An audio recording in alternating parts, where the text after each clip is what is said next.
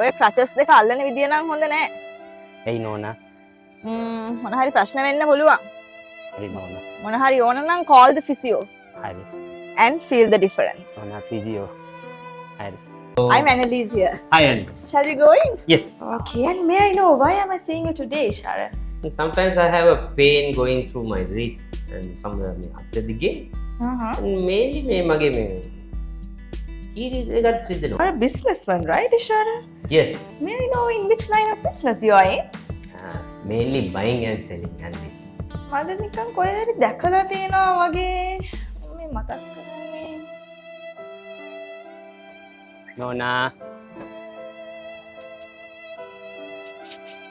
නෝනා. හඳුන් පුරක් කරන් ආධාරයක් දෙනවද? හඳුන් පුරක් ගන්න නෝනා. අයියෝ ඔයාගෙන් දැන් මේ හඳුන් කුරු අරන් මටත් විකුණන්න පුළුවන්. එහෙම කියන්න එපා නෝනා. දරුවන්ට කන්න දෙන්න නෝනා. නෝනා හැමදාම එනවා දකින්නවා කරුණාවන්ත නෝනා කෙනෙක් ඉඳ ඇව්වේ. දෙකම 200යි නෝනා. ඉතින් සිද්ධ වෙනවා.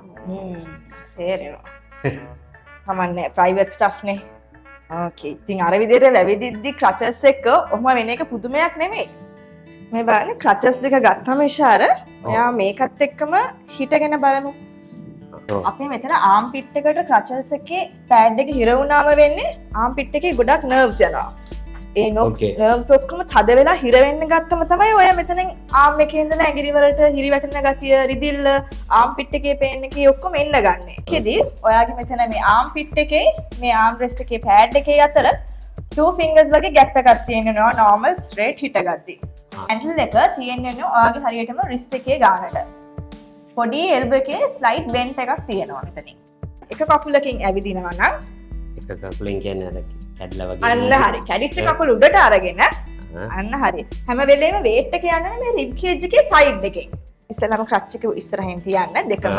මෙන්න මේ හොඳ කකුල ඔයා ඉස්සරහට ගන්න crutch එක මැද්දෙන්. අන්න right. very good. It doesn't matter who you are. We always care about you. For more tips, follow the physio and feel the difference.